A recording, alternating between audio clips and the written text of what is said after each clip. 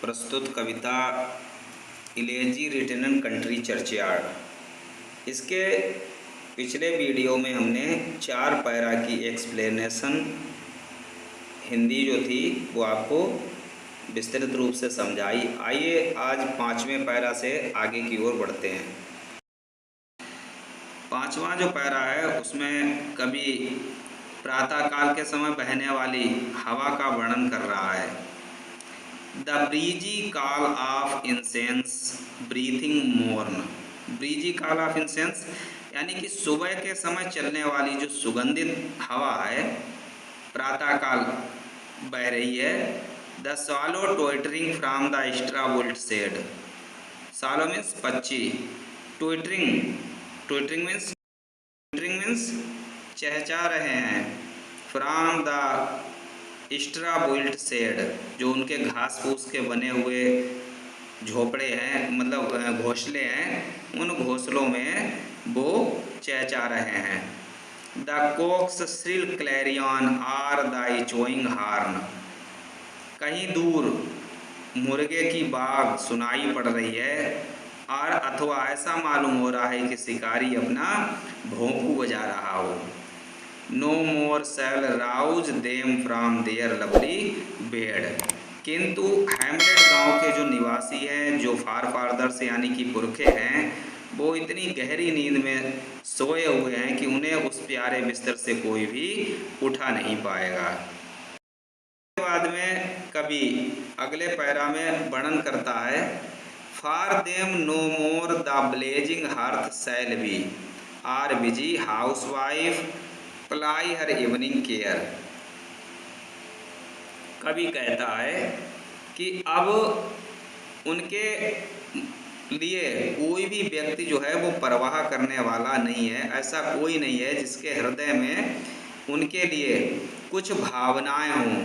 ना तो अब वो बिजी हाउसवाइफ मीन्स ना तो वो व्यस्त गृहिणियाँ रह गई हैं, प्लाई हर इवनिंग केयर, जो शाम के लौटने पर उनकी परवाह करती थी। No children run to lisp their sire's return or climb his knees the envied kiss to share.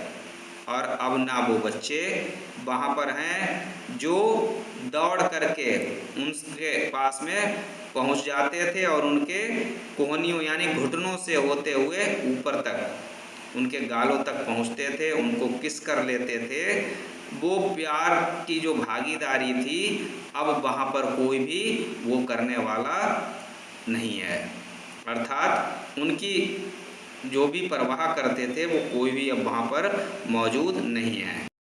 अभी इस पैरा में बताता है कि शाम के समय ना तो वहाँ पर कोई चूल्हा जलाने वाला है, ना वो व्यस्त रहने वाली जो है गृहिणियाँ हैं, जो इवनिंग मीन्स शाम के समय पतियों के वापस लौटने पर उनकी देखभाल के लिए आगे आती थी।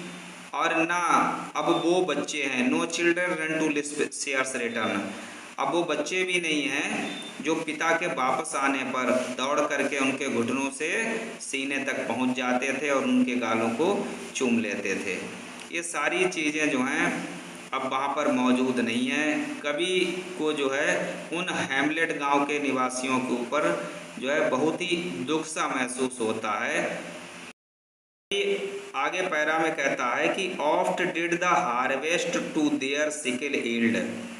वो कहता है कि प्रायः किस तरह से वो फसलों को तैयार करने के लिए their sickle yield their furrow oft the stubborn glebe has broke, किस तरह से अपने हल्के माध्यम से एक जमीन पर लकीर सी खेद देते थे। अर्थात वो कड़ी से कड़ी मिट्टी को अपने हल्की फाल के माध्यम से तोड़ देते थे। How jocund did they drive their team field, और किस प्रकार से वो जुकंड मीन्स प्रसन्नता पूर्वक अपने उस टीम मीन्स जो उनके बैलों का जोड़ा होता था उसके साथ मिलकर के खेतों को जोतते थे। अर्थात किस प्रकार खुशी से अपने उन बैलों के साथ में खेतों की जुताई करते थे। How about the woods beneath their sturdy stroke, और किस प्रकार से जब वो थक जाते थे तो उन वृक्षों के नीचे, वुड्स मीन्स जो वृक्ष थे, जंगल का वातावरण था जहाँ पर वृक्ष थे, वहाँ पर वो किस प्रकार से पृथ्वी पर बैठ करके सुस्ताया करते थे, यानी कि रेस्ट किया करते थे, आनंद लिया करते थे उन क्षणों का। अगले पैरा में कवि कहता है कि let not ambition mock their useful toil, इसलिए वो अमीर लोगों को सचेत करके कहता है कि ऐसे साधारण जीवन जीने वाले जो भी व्यक्ति थे उनके उस भाग्य पर वो हंसी उनकी ना उड़ाएं, मतलब उनका जो स्तर था उस स्तर रहन सहन की वो हंसी ना उड़ाएं। कहता है कि let not ambition mock their useful toil, उनका अपने जीवन में कोई विशेष उद्देश्य नहीं रहा, उन्होंने जीवन भर कठोर परिश्रम किया और उनकी स्थिति साधारण रही। देयर होमली जॉय, उनके जो आनंद थे वो भी क्षणिक थे। एंड डेस्टिनी ऑब्सक्योर, और वो हमेशा ही दुर्भाग्य का शिकार रहे। नार ग्रैंडवर हियर विद ए डिस्डेनफुल स्माइल, इसलिए कवि अमीरों को सचेत करके कहता है कि उनकी इस कहानी को सुनने के पश्चात जो है, जो अमीर लोग हैं वो उन पर उपहास ना बनाए, उनका उपहास ना बनाए, अर्थात तिरस्कार पूर्ण तरीके से उनके जीवन पर ना हंसें। The short and simple annals of the poor, वो जो कि संक्षिप्त और साधारण प्रतिभा के धनी थे, गरीब लोग जो अपने ही नियमों को मानने वाले थे। तो इस तरह से हमने 5 से लेकर के और 8 तक के जो पैरा थे उनका ये एक्सप्लेन आपको इस कविता में कर दिया। आगे के जो पैरा हैं उनका नेक्स्ट वीडियो में हम आपको एक्सप्लेन करके समझाएंगे।